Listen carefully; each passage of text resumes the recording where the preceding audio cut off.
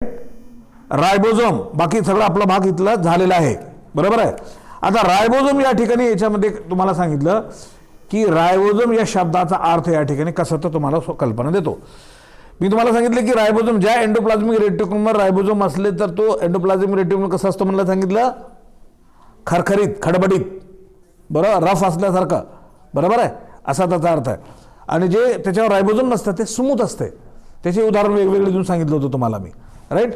चला आता ह्याच्यामध्ये या ठिकाणी काय सांगतो बघा, या ठिकाणी लक्ष द्या. या ठिकाणी याच्यामध्ये रायबोझोमच्या संदर्भामध्ये you are aware that ribosome are protein factory of the cells. बघा हे खूप महत्वाचं आहे. रायबोझोम हे काय आहे?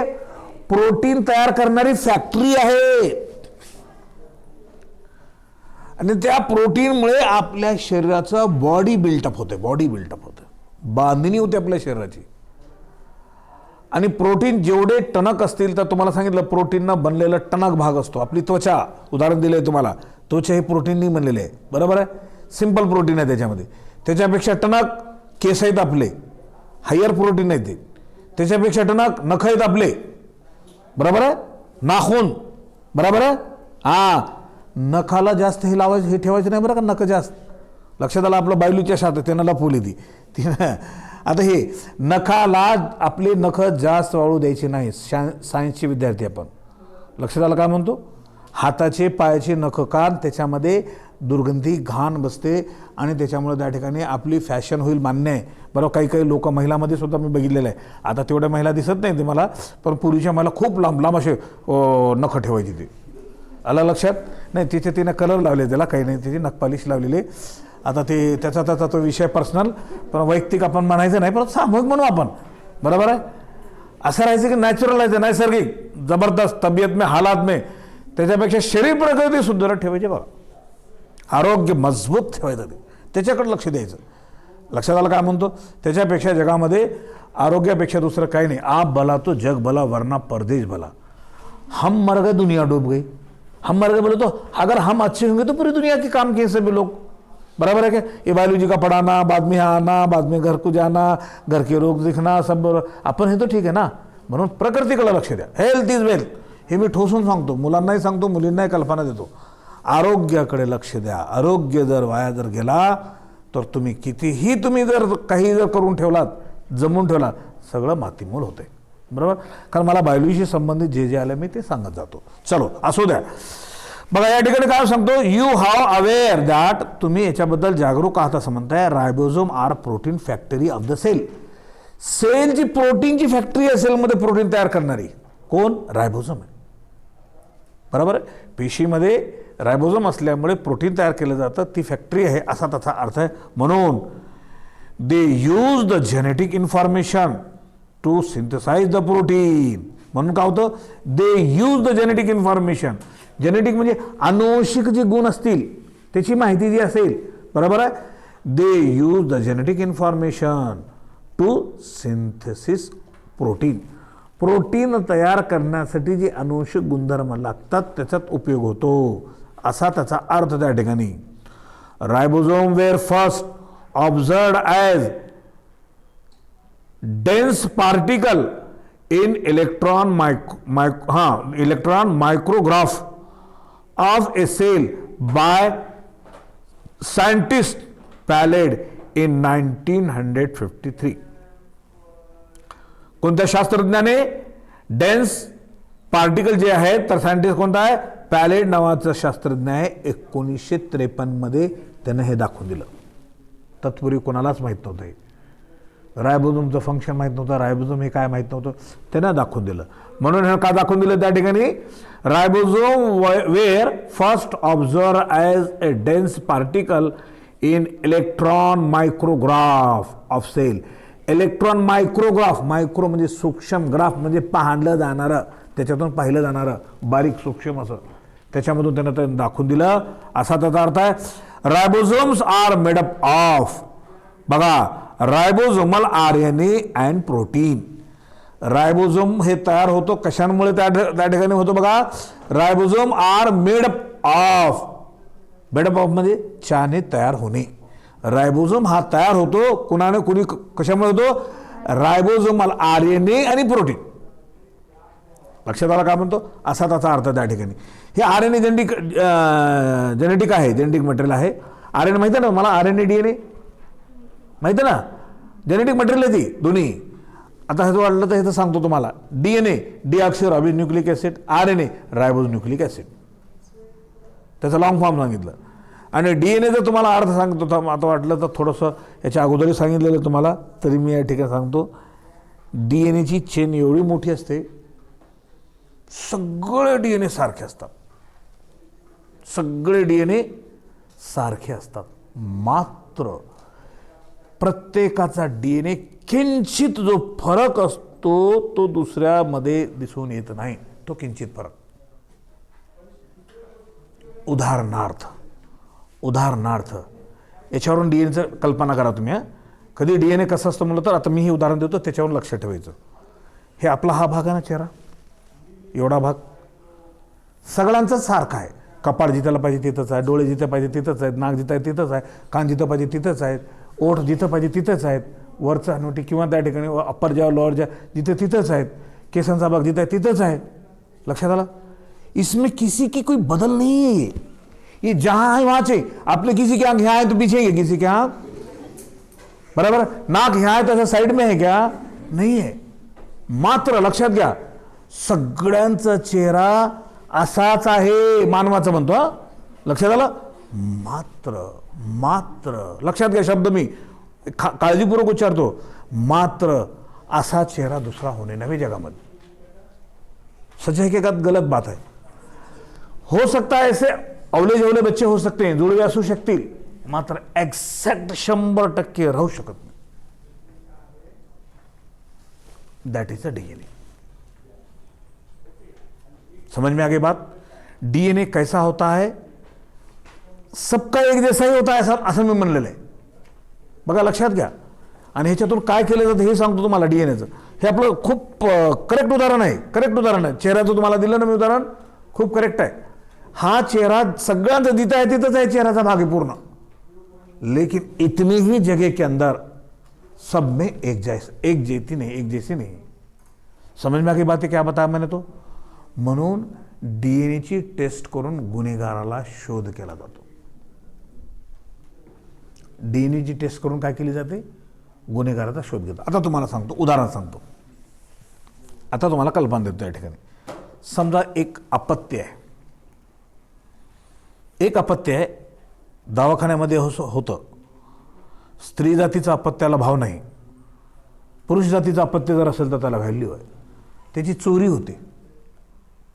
2 माता एका मुलावर क्लेम करतात, हे माझं मूल आहे. आता कसं शोधायचं त्याला? आता ते लेकरू काही ओळखत नाही, माझी आई कोणती आहे, आता नुकतं जन्मलेलं आहे. माता भांडण करून आहेत, बरोबर आहे. असं होतंय का? त्याला वाटतं की पुरुष जातीचं अपत्य जर असलं तर आपल्यासाठी खूप चांगलं आहे, आपला वारसा राहील, बरं. असं त्याचं समज त्या ठिकाणी असो विषय. मग त्याच्या वेळेस काय केलं जातं की DNAची टेस्टिंग केली जाते. कोणाची केली जाते? त्या लेकराची केली जाते, त्या 2 मातांची केली जाते. कोणाला DNA जुळते त्याची ती माता दे. कळला मुद्दा? DNA कसं ओळखायचं? जगामध्ये कुठेही जाऊ त्या ठिकाणी कुठे तुम्हाला जर कल्पना जर दिली, आता ह्याच्यामध्ये केमिकल बॉन्ड वगैरे असतात, ते विषय ते आता ज्यावेळेस धडा येईल त्यावेळेस मी सांगतो तिथं. मात्र DNA कसा असतो हे जेनेटिक मटेरियल नंतर या पद्धतीने दाखवायचं. लक्षात आलं?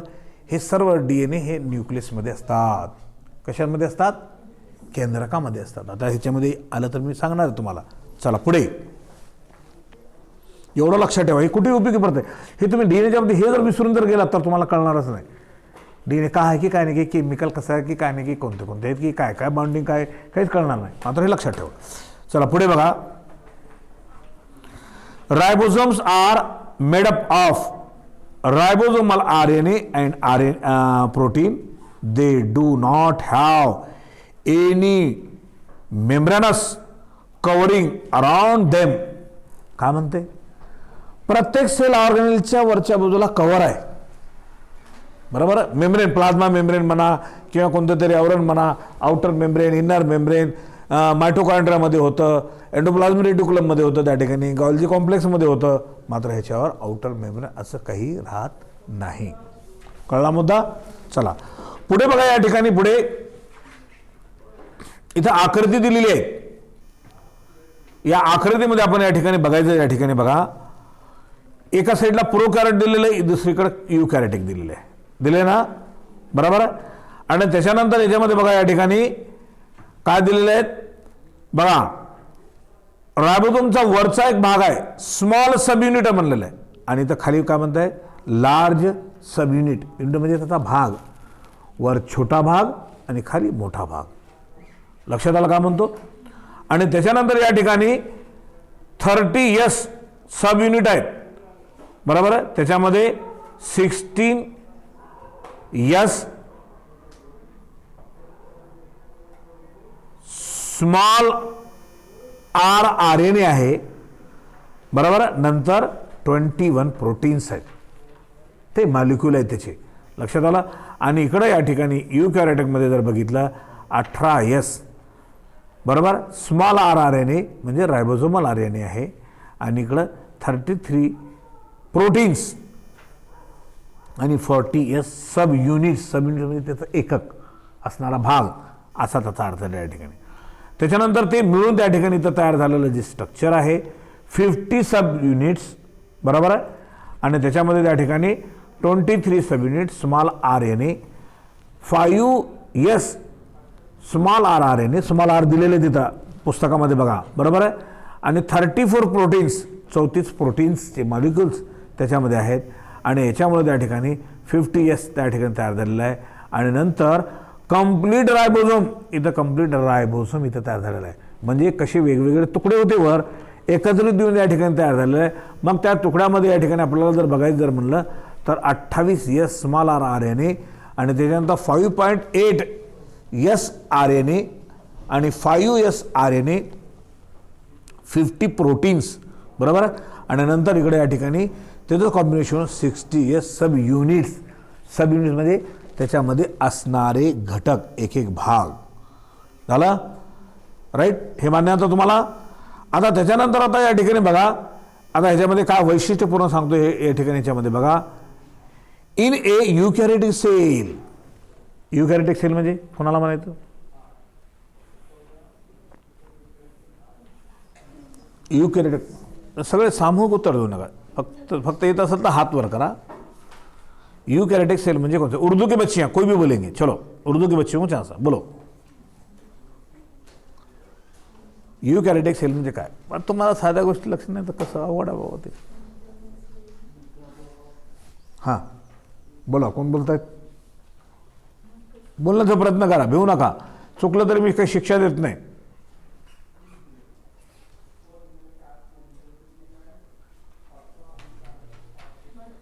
हां हां बोलो.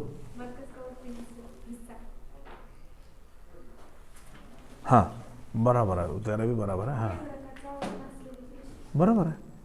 उन्हें जो मरकज बोली तो वो भी बात बराबर है. उर्दू में बताई नाही, यानं मराठीमध्ये सांगितले.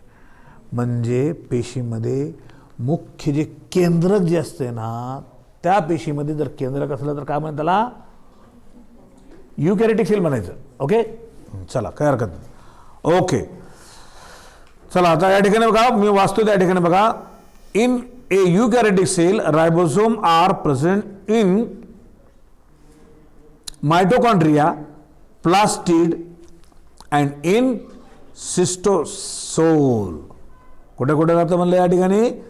केंद्रक असणाऱ्या पेशीमध्ये रायबोझोम हे असतं, मायटोकॉन्ड्रियामध्ये असतं, प्लास्टिड म्हणजे हरितद्रव्यामध्ये असतं, आणि नंतर आणखीन कुठे असतं त्या ठिकाणी म्हणलेलं आहे? इन सायटोसोल. सायटोसोल म्हणजे? सायटोसोल म्हणजे कोणाला म्हणायचं? साने. सायटोसोल म्हणजे काय?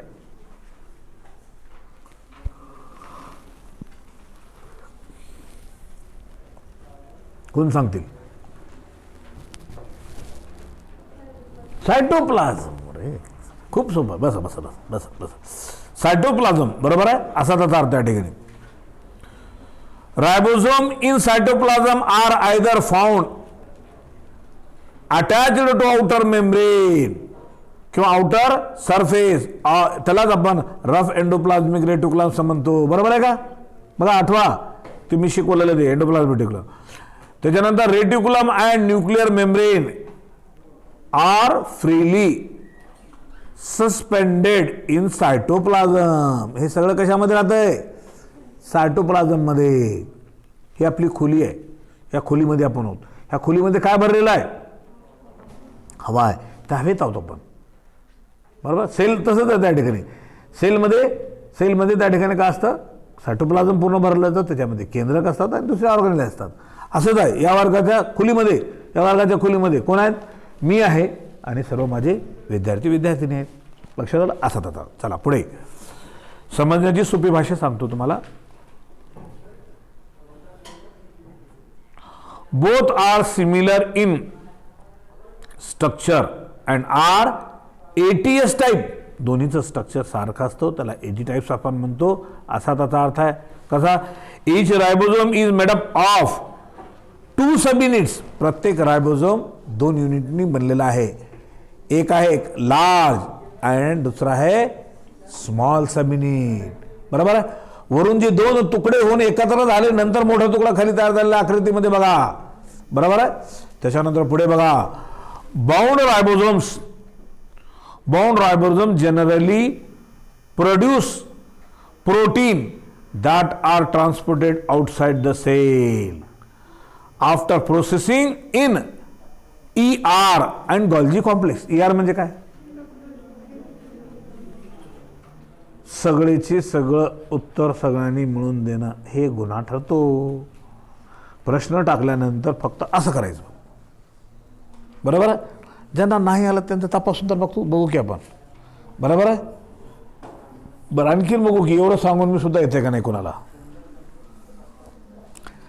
क्या बोले बेटा इन्होंने?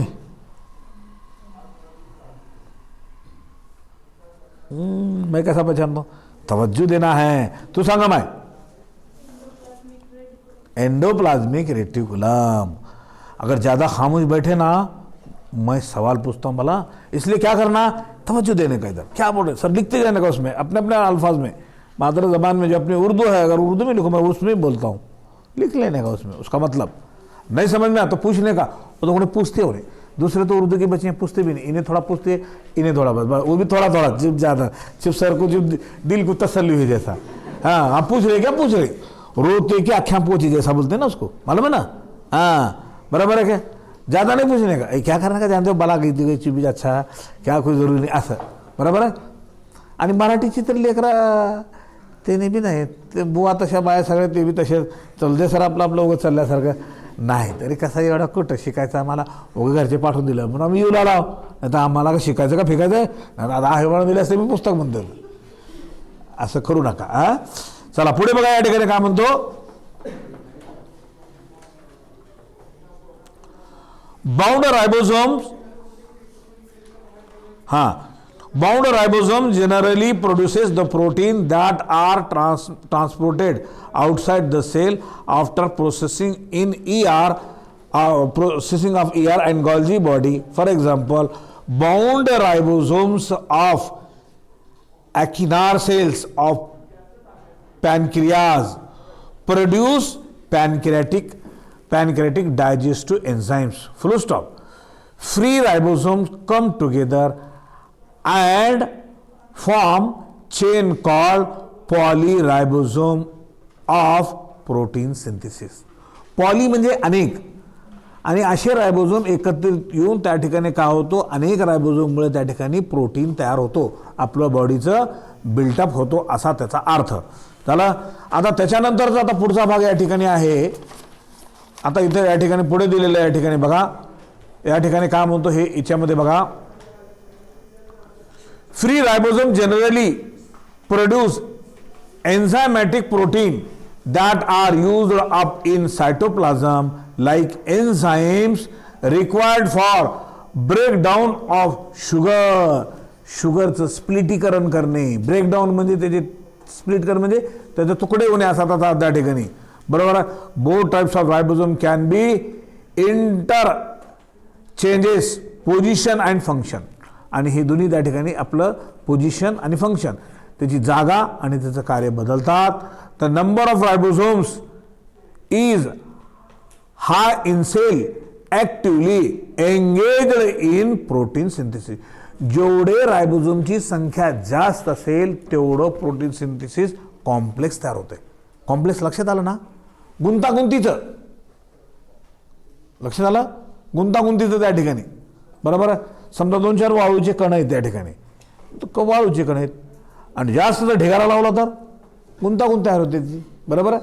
आणि मग त्या रायबोसोममध्ये त्या वाळूमध्ये आपण सिमेंट जर कालवलं तर काय होते, हे बॉडीची म्हणजे भिंत तयार होते आपली.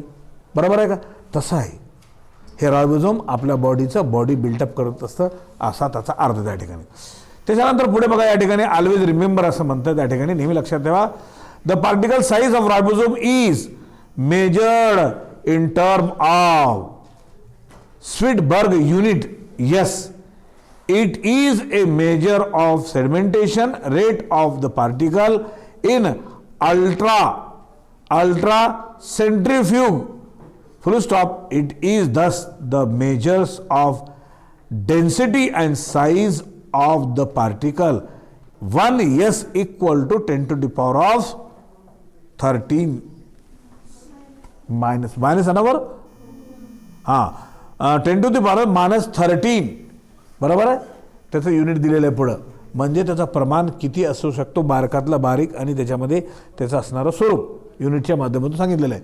म्हणून या ठिकाणी काय, हे मोजमाप त्याचं आहे असा त्याचा अर्थ आहे. त्याच्यानंतर आता पुढे बघा, या ठिकाणी नोन द सायंटिस्ट, या शास्त्रज्ञांना या ठिकाणी लक्षात घ्यायचं असं म्हणतात. त्या ठिकाणी व्यंकटरमण रामकृष्णन, बरोबर आहे, won the Nobel Prize in Chemistry in the year 2009. 2009 मध्ये यांना काय मिळालेलं आहे, नोबेल प्राइज मिळालेलं. लक्षात घ्या, तुम्हाला सांगतो नोबेल प्राइज कोणाला मिळतो हे माहिती सांगतो तुम्हाला. जगातला सर्वात उच्चांक असलेला हा प्राइज आहे.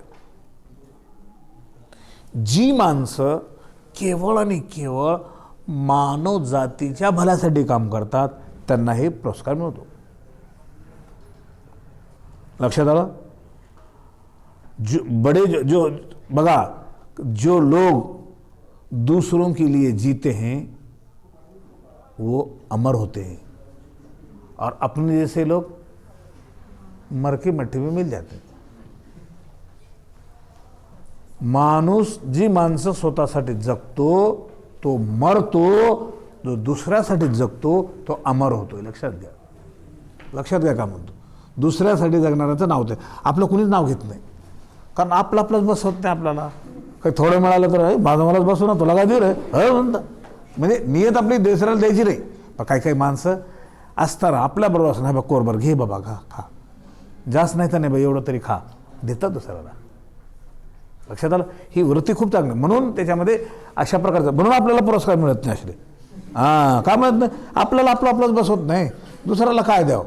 पण नियत पाहिजे, मनात पाहिजे, तर माणसाला होतं तसं, असा त्याचा अर्थ. तशी वृत्ती तयार केली घेऊन जाते.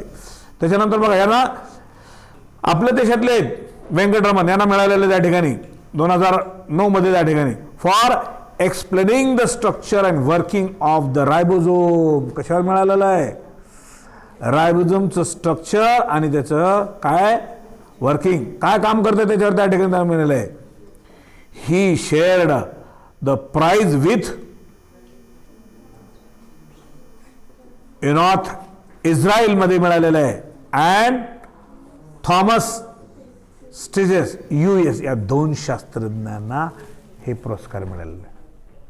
लक्षात आलं. का म्हणतो, आपलं एक आहे, बाहेरचं एक आहे. बरोबर आहे.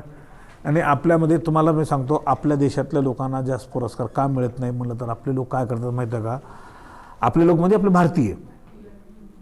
डॉक्टर APJ अब्दुल कलामला विचारलं, आपल्या भारतातल्या जास्त लोकांना नोबेल प्राइज काय मिळालं नाही. आपले भारतातले लोक कसं माहिती आहे का, ते संशोधन करून PhD करून डॉक्टरेट पदवी मिळेपर्यंतच काम करतात. एकदा डॉक्टरेट पदवी मिळाली, बस झालं. संशोधन म्हणजे नवीन जगामध्ये त्यांनी काढून दिले म्हणून त्यांना त्या सन्मान त्या डॉक्टरेट पदवीने त्यांना त्या ठिकाणी केलं जाते. मात्र जे लोक एवढं ते PhD सुद्धा करून जे लोक 13 ते 14, 15 वर्ष त्या ठिकाणी संशोधनामध्ये वेळ घालतात, त्या लोकांना नोबेल प्राइज मिळते. समझ में आ गई बात? हमको क्यों नहीं मिलता? दमड़ी में चिपड़ी खुश रहती हमारे पास. दमड़ी में चिपड़ी बोले तो आता कोणाला बघा एक शिक्षणातली उच्चांक डिग्री PhD हां ते मिळाली ना, बस झालं बाबा. आता आपल्याला झालं, संशोधन झालं, आपल्या नावानं जगामध्ये थेरम ओळखला जातो, आपल्याला समाधान आहे. आता काही नाही, लोक आपल्याला डॉक्टरेटनं नाव घेतात, आपलं एवढंच विचार असतात आपले. म्हणून आपल्याला नोबेल पुरस्कार मिळत नाहीत. हे डॉक्टर APJ अब्दुल कलाम सांगितलेलं आहे. बरोबर आहे? कारण अशी जी चांगली काम करणारे असतात तर ते निधी आणि वेडे असल्यात त्यांना मिळतं, असा त्याचा अर्थ आहे. तर मला असं वाटतं की इथे आपण या ठिकाणी स्टॉप करूया आपण. चालेल.